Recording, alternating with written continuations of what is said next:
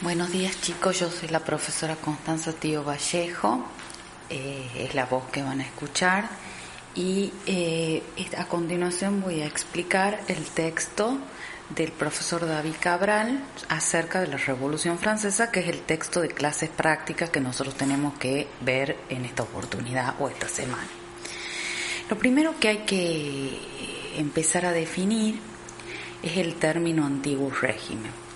Antiguo régimen es un término utilizado, por los propios revolucionarios franceses para designar todo lo que se terminó con la Revolución de 1789. ¿Sí? Todo lo que la Revolución Francesa destruyó y el inicio de un nuevo proceso revolucionario que se inicia en 1789 que va a durar hasta 1814 con la caída de Napoleón Bonaparte. Es decir, es un largo proceso.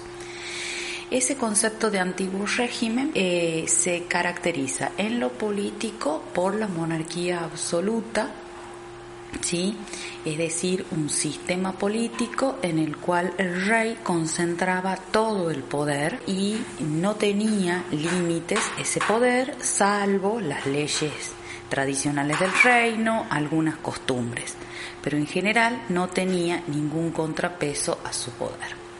En lo social se caracterizaba por la sociedad estamental, es decir, había una concepción de la sociedad como grupos, donde cada uno nacía y moría dentro de un mismo grupo y no había posibilidad de ascenso social o de pasarse a otro grupo, y esos estamentos que se distinguían entre sí porque tenían privilegios o no tenían privilegios eran básicamente tres.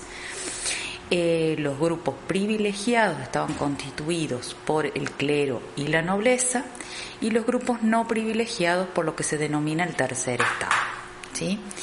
Quiero destacar que ninguno de estos grupos que forma parte de la sociedad estamental constituye un grupo homogéneo, es decir, una unidad con intereses comunes, sino que dentro de cada uno de estos estamentos existen diferencias a su vez dentro de ella. Por ejemplo, para citar un ejemplo, no es lo mismo una nobleza cortesana, es decir, la que estaba cerca del rey en las cortes, que la nobleza liberal que se encontraba más vinculada a los intereses de las burguesías nacientes porque se dedicaba al comercio. Entonces, dentro de la propia nobleza va a haber distintos intereses. A su vez, el tercer estado, que constituyen los grupos no privilegiados, que son no privilegiados porque pagan impuestos y sostienen con su trabajo toda la sociedad del antiguo régimen, está constituido por grupos como por ejemplo el campesinado en un 85%, las clases populares urbanas llamadas sans-culottes y los que son quienes viven en las ciudades y por supuesto tienen intereses particulares como por ejemplo solucionar qué comer, el hambre, son movidos por el hambre, y la burguesía que constituye un grupo más reducido dentro del tercer estado, pero es el que tiene conciencia de clase, es el que tiene acceso a las lecturas y es el que quiere una transformación del antiguo régimen para progresar como clase. En estas imágenes que vemos a continuación muestran un poco cómo es la idea del antiguo régimen, una femenina y una masculina, donde el campesino o la campesina van a sostener a los sectores privilegiados. En la primera imagen vemos a alguien como una miembro del estamento clerical y un miembro del estamento de la nobleza, y a su vez en la otra imagen también lo que representa es que con el sudor el campesinado con su trabajo sostiene el resto de la sociedad estamental privilegiada. Si nosotros tenemos que definir cuáles son las causas de la revolución, vamos a decir que existen causas profundas e inmediatas. Profundas son aquellas causas de larga duración, es decir, las que prácticamente son imperceptibles o que se van produciendo a lo largo del tiempo, y podemos identificar como profundas a las tensiones que había dentro de la sociedad. Recuerden que yo les he dicho anteriormente que los estamentos no son homogéneos, sino que son heterogéneos y existen tensiones entre los miembros y los intereses que cada uno de estos miembros quiere con respecto a la transformación de esa sociedad de antiguo régimen para progresar socialmente. Entonces, las demandas de cada uno son diferentes y esto genera algunas tensiones, ¿sí? Podemos identificar como profundas también algunas ideas de la Ilustración que ustedes ya vieron en el texto de Enciso, es decir, cómo esas ideas se van gestando en la sociedad a partir de 1750 y van generando, calando a nivel de las ideas, a nivel de la cultura, la sociedad de antiguo régimen, ya haciendo un cuestionamiento social, haciendo un cuestionamiento político.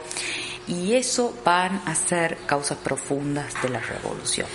Con respecto a las causas inmediatas, son aquellas causas coyunturales, es decir, las que suceden un año antes o en ese contexto de 1789 y explican el colapso de Francia por aquel entonces, ¿sí?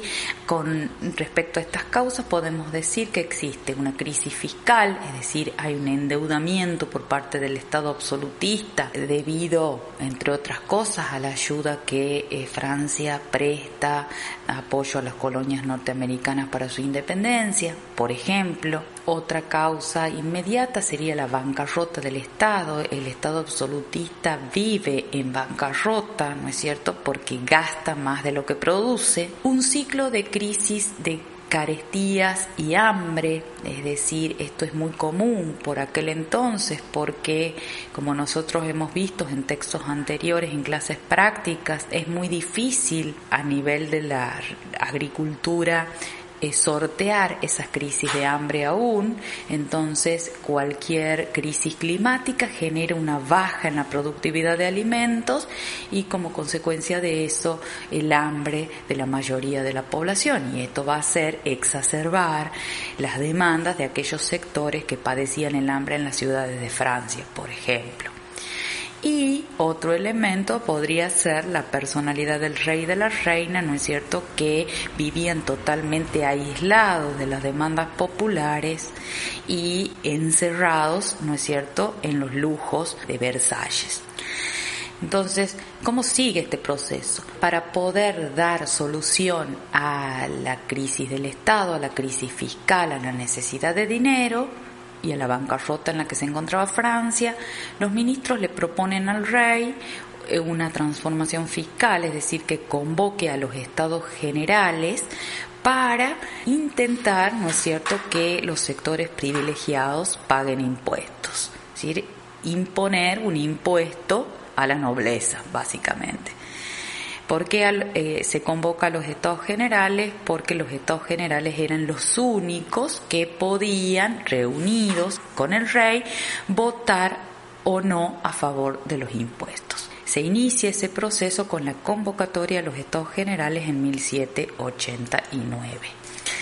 Cuando se convocan a los estados generales en 1789, son 3 estados reunidos con el rey, el primer estado, el segundo estado y el tercer estado, con el objetivo de votar o no los impuestos a la nobleza. El tercer estado, es decir, el grupo no privilegiado, solicita que el voto sea por individuo con el fin de hacer más equitativo el pago de impuestos para el conjunto. Obviamente hay una negativa de los sectores privilegiados, es decir, del primer y segundo estado, ante esta solicitud del tercer estado de votar por individuo. Siguen sosteniendo el voto por estamento, y es ahí cuando el tercer estado se aísla y, reunidos en la cancha de pelota del Palacio, se autoconvocan en Asamblea Nacional Constituyente, iniciando la primera etapa de la Revolución Francesa. A continuación vemos imágenes imágenes de los estados generales y de la creación de la Asamblea Nacional Constituyente. En la primera imagen observamos cómo están reunidos los tres estamentos en esa asamblea, en esa convocatoria a los Estados Generales de 1789, con el objetivo de votar o no el impuesto a la nobleza. Y al lado vemos una imagen del momento en que se autoconvoca en la Asamblea Nacional Constituyente. Quiero decir que en esa imagen es muy notable, ¿no es cierto?, cómo las personas participan sin distinción estamental, levantando la mano, haciendo escuchar su voz, gritando desde los balcones, lo que muestra, ¿no es cierto?, un cambio de paradigma y la idea de lo que significa una asamblea en el sentido moderno del término, ¿no es cierto?, es decir, un lugar, un espacio de donde todos pueden escuchar y hacer escuchar su voz, ¿sí? Por eso les incorporé estas imágenes ahí. Con respecto a la Asamblea Nacional Constituyente, hemos dicho que comienza la primera etapa de la Revolución en 1789. Nosotros vamos a poner énfasis, cuando hablemos de las de las tres etapas, vamos a poner énfasis en las principales reformas que se producen durante cada una de estas proyectos, digamos, institucionales dentro de la revolución, ¿sí? Con respecto a las principales reformas de la Asamblea, vamos a destacar en primer lugar las económicas y sociales. Quiero decir que todas estas reformas lo que hacen de alguna manera es destruir el antiguo régimen en base a las demandas que los distintos grupos sociales van a ir haciendo según sus necesidades, ¿sí? Entonces nosotros vamos a ver cómo a lo largo de esas tres etapas que va pasando la revolución, se van profundizando o no el nivel de reformas con respecto a las demandas populares. Ahora nos vamos a centrar en las principales reformas de la Asamblea. Las reformas económicas y sociales, dice, se disolvieron los monopolios y cuerpos. Nosotros hemos dicho que una característica del antiguo régimen es pensar en términos de cuerpos y no de individuos, ¿sí? Se empieza a pensar cómo disolver los poderes corporativos. Sería cómo quitarle, por ejemplo, poder a la Iglesia, ¿sí? Entonces, y cómo empezar a construir una idea de ciudadano, ¿no es cierto?, a partir de distintas reformas.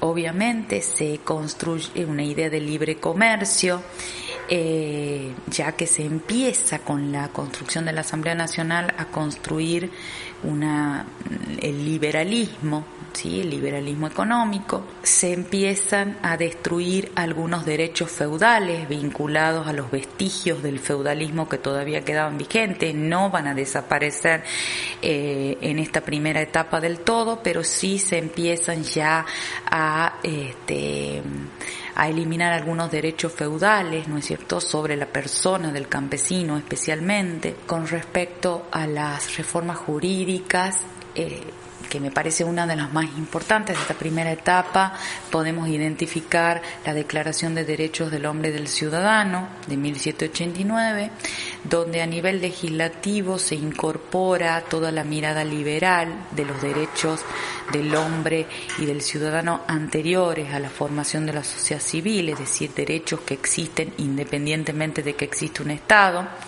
como por ejemplo derecho a la libertad, libertad de expresión, libertad de asociación y la libertad de tener propiedad privada. ¿Sí? La propiedad privada aparece como un derecho natural expresado en la Declaración de Derechos del Hombre y del Ciudadano, y se empieza a convertir a construir la idea de ciudadano ¿no es cierto?, que rompe con la vieja idea de súbdito propia del antiguo régimen. Aquel que no tenía derechos se pasa ahora con esta declaración a un individuo con plenos derechos que tiene independientemente de la existencia de un soberano. Con respecto a las reformas religiosas, podemos decir que se establece la Constitución Civil del Clero en 1790, que es una forma del Estado de ir consolidándose como tal y de ir poniendo frenos a esas corporaciones que les hemos nombrado anteriormente, propias del antiguo régimen. Es una forma de romper también con el antiguo régimen, en tanto se le empieza a quitar poder y el Estado empieza a imponerse sobre estos grupos que tienen demasiado poder. Entonces, obviamente, dentro del clero, como se produce una división entre aquellos que están de acuerdo con el Estado y entre quienes no están de acuerdo, que pasan a ser refractarios, y juramentados los que están a favor de respetar las demandas del Estado francés, y los refractarios los que están en contra y no van a respetar la Constitución Civil del Clero. A nivel político, de una reforma política, se establece una constitución, la Constitución de 1791. Quiero decir que la Asamblea Nacional es constituyente porque pretendía sancionar una constitución. Recordemos que la constitución, el constitucionalismo, es un modelo que se toma fundamentalmente de Inglaterra y de la ideología liberal, y digamos uno de los motivos fundamentales de la Asamblea era construir una constitución, crear una constitución para establecer una forma de gobierno y una serie de acuerdos, como por ejemplo hemos dicho la Declaración de Derechos del Hombre y del Ciudadano. En esta Constitución de 1791 se establece como forma de gobierno la monarquía constitucional con sufragio censitario y con división de poderes. Es decir, monarquía constitucional implica que el rey sigue teniendo parte del poder, pero ahora va a estar limitado, ¿no es cierto?, no solo por una constitución, sino por una serie de instituciones que ponen freno al poder del rey. Pero establece el sufragio censitario, es decir, que no todos van a poder elegir al gobierno, sino que solamente aquellos que cumplan los requisitos del censo, es decir, que tengan mínimamente lo que el censo establece en relación a dinero o posesiones, ¿sí? Quiero decir que con todas estas reformas lo que se hace es, digamos, avanzar en romper con el pasado anterior a 1789 y empezar a construir una sociedad liberal en lo político, fundamentalmente, en la eliminación de los privilegios vinculados al antiguo régimen, y empezar a construir, ¿no es cierto?, a partir de estas etapas, una historia muy diferente que va a servir como modelo para el resto de Europa. A partir de 1791, cuando se sanciona la Constitución, es decir, ya se ha cumplido el objetivo de constituyente, la Asamblea pasa a ser Asamblea Legislativa, ¿sí? Este año 1791 es muy importante porque es el año en que se produce la huida del rey en Bahrein, es decir, el rey con su familia real disfrazados de familia aristocrática rusa intentan escaparse y son detectados por los revolucionarios en la frontera y obviamente son llevados prisioneros a Francia. Eso es un punto importante porque obviamente a partir de ahí se va a empezar a discutir al interior de la Asamblea y luego de la Convención qué hacer con la figura del rey, que además es, digamos, detectado, podemos decir, como conspirador. Luego, cuando se le encuentran además una serie de cartas pidiendo, ¿no es cierto?, a sus parientes monarcas de otras regiones o de otros estados absolutistas que organicen ejércitos contra Francia, ¿sí? Es decir, que la conspiración del rey de Francia contra los revolucionarios franceses fue fundamental para también discutir qué hacer con la figura del rey. En 1792, Austria y Prusia le declaran la guerra a Francia, y la declaración de guerra y el inicio de la guerra en 1792 obviamente va a visibilizar la situación del ejército francés en la que se encuentra el ejército, que obviamente va a ir perdiendo varias batallas y manifiesta una gran descomposición. Es decir, es algo sobre lo que la revolución va a tener que actuar y poner mano dura en relación al ejército para poder revertir esa situación de guerra a nivel internacional, ¿sí? Entonces, en un principio, cuando comienza la guerra en 1792, va a haber una serie de derrotas militares que van a poner, ¿no es cierto?, al gobierno de Francia, al gobierno revolucionario, en la disyuntiva de solucionar el problema de la guerra. Obviamente la guerra va a ser el telón de fondo de una serie de acontecimientos o crisis que se producen en la propia Francia, ¿no es cierto?, que tienen que ver con crisis económicas, en la pérdida de valor del asignado, que era la moneda que la revolución había impuesto posterior a 1789.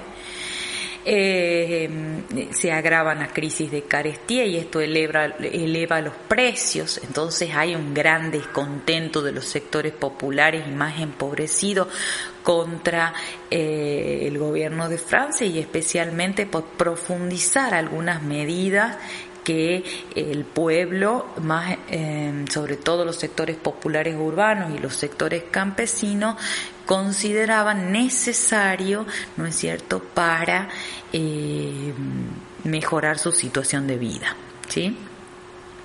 Entonces, hemos dicho que otro punto es que adentro de la asamblea se empieza a discutir qué hacer con el rey.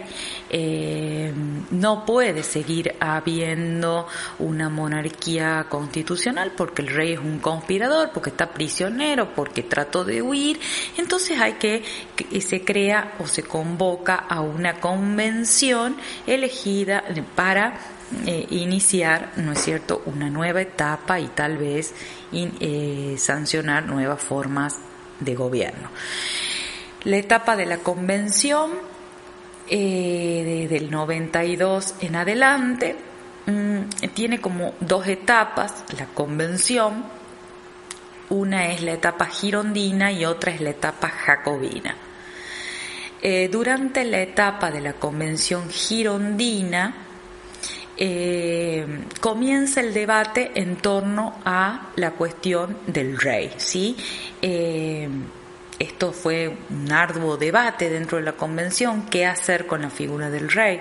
Había quienes estaban de acuerdo en que había que dar un mensaje ejemplificador al respecto de la conspiración que había tenido el rey contra la revolución, y otros que pensaban que matar al rey y a la familia real iba a ser, digamos, muy duro y muy perjudicial para el resto de los estados, que se iba, por otro lado, a agravar la guerra y la situación exterior de Francia.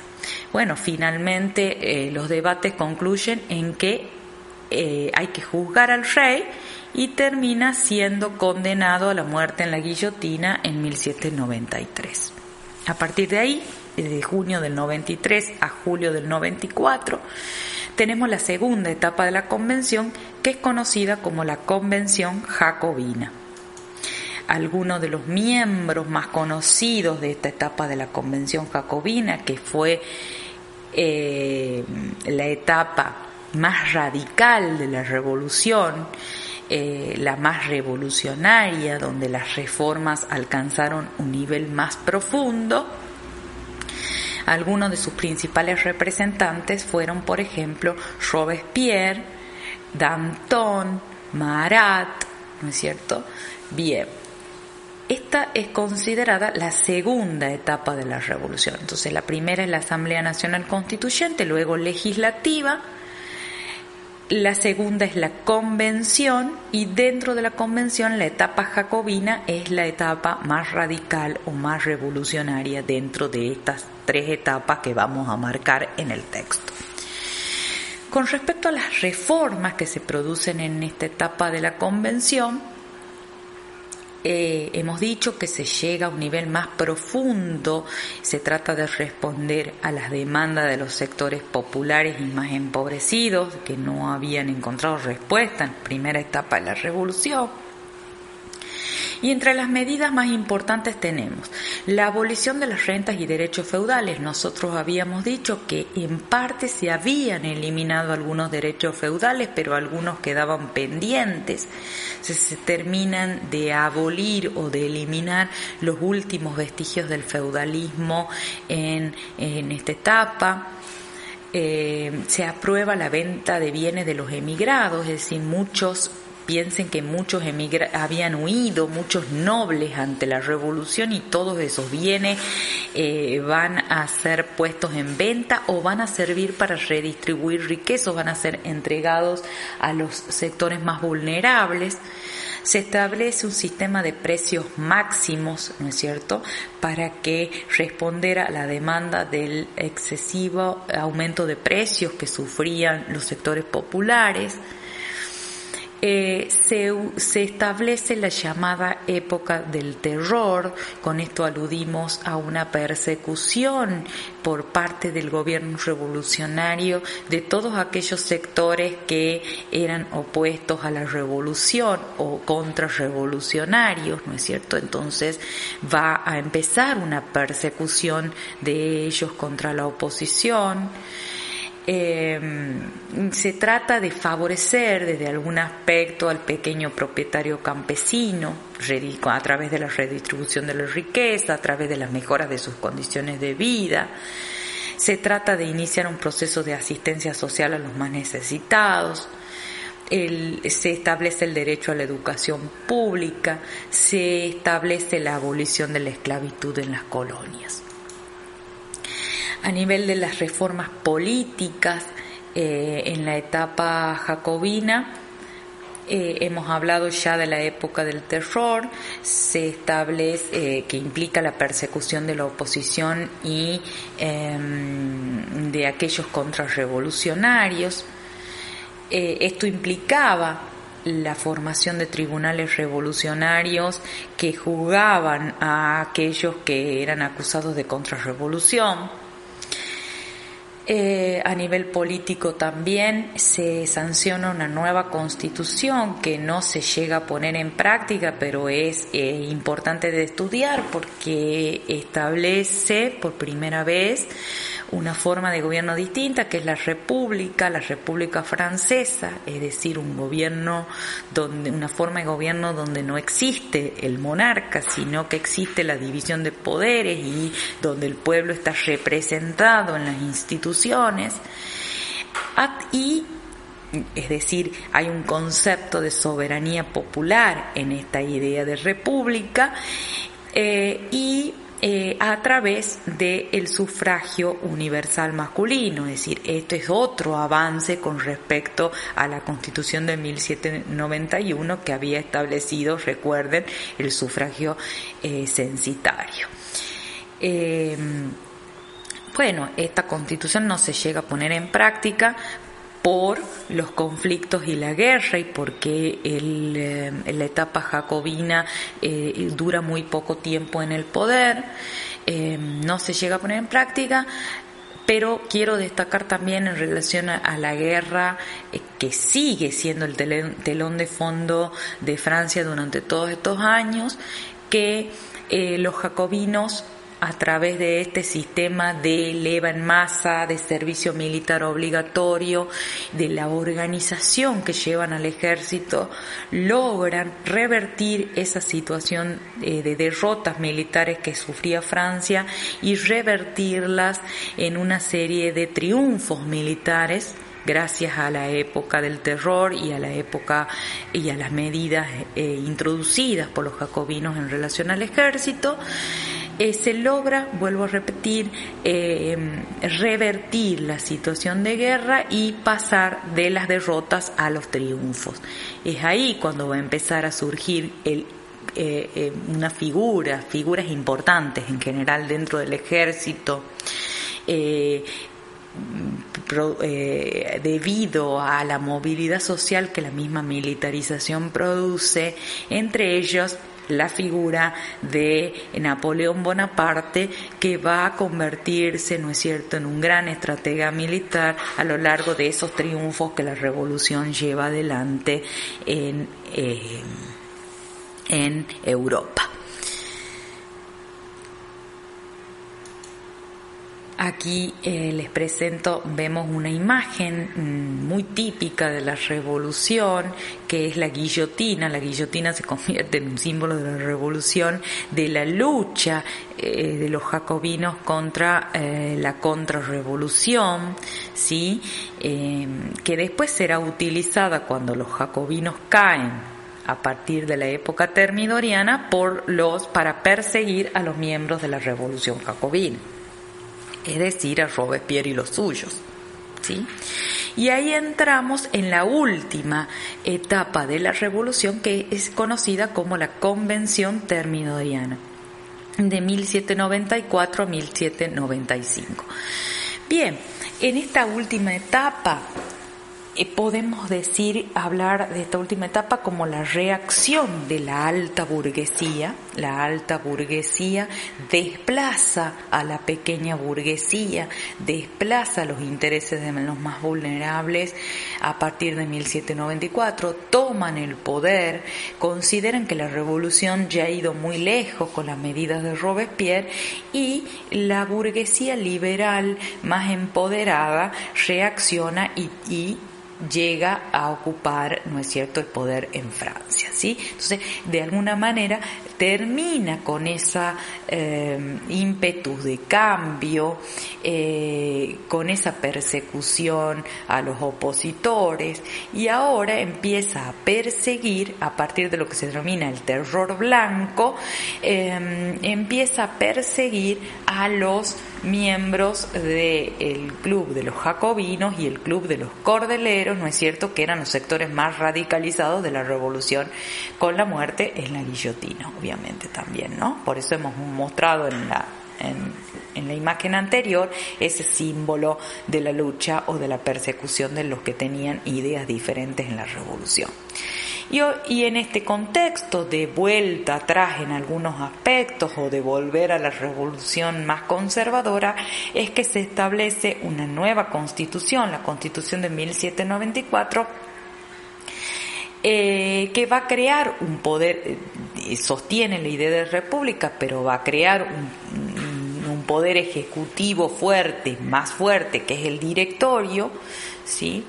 Y un poder legislativo nuevamente elegido por medio del sufragio censitario. Ahí ven cómo se vuelve atrás en muchas de las medidas de la época jacobina, y se elimina obviamente el sufragio universal masculino, volviendo al censitario, desarmando de este modo el modelo democrático vigente que habían creado Robespierre y la revolución jacobina.